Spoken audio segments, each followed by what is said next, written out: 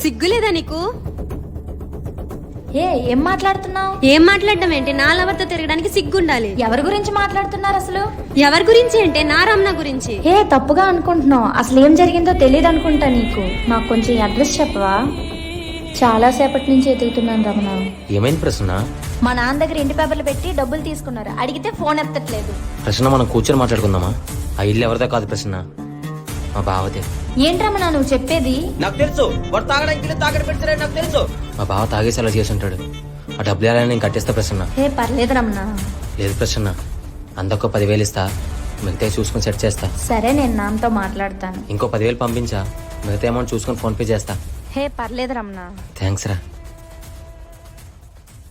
తను నువ్వు ఇదే అర్థం చేసుకున్నావా? మేం కలిసిన ప్రతిసారి నీ గురించే చెప్పేవాడు.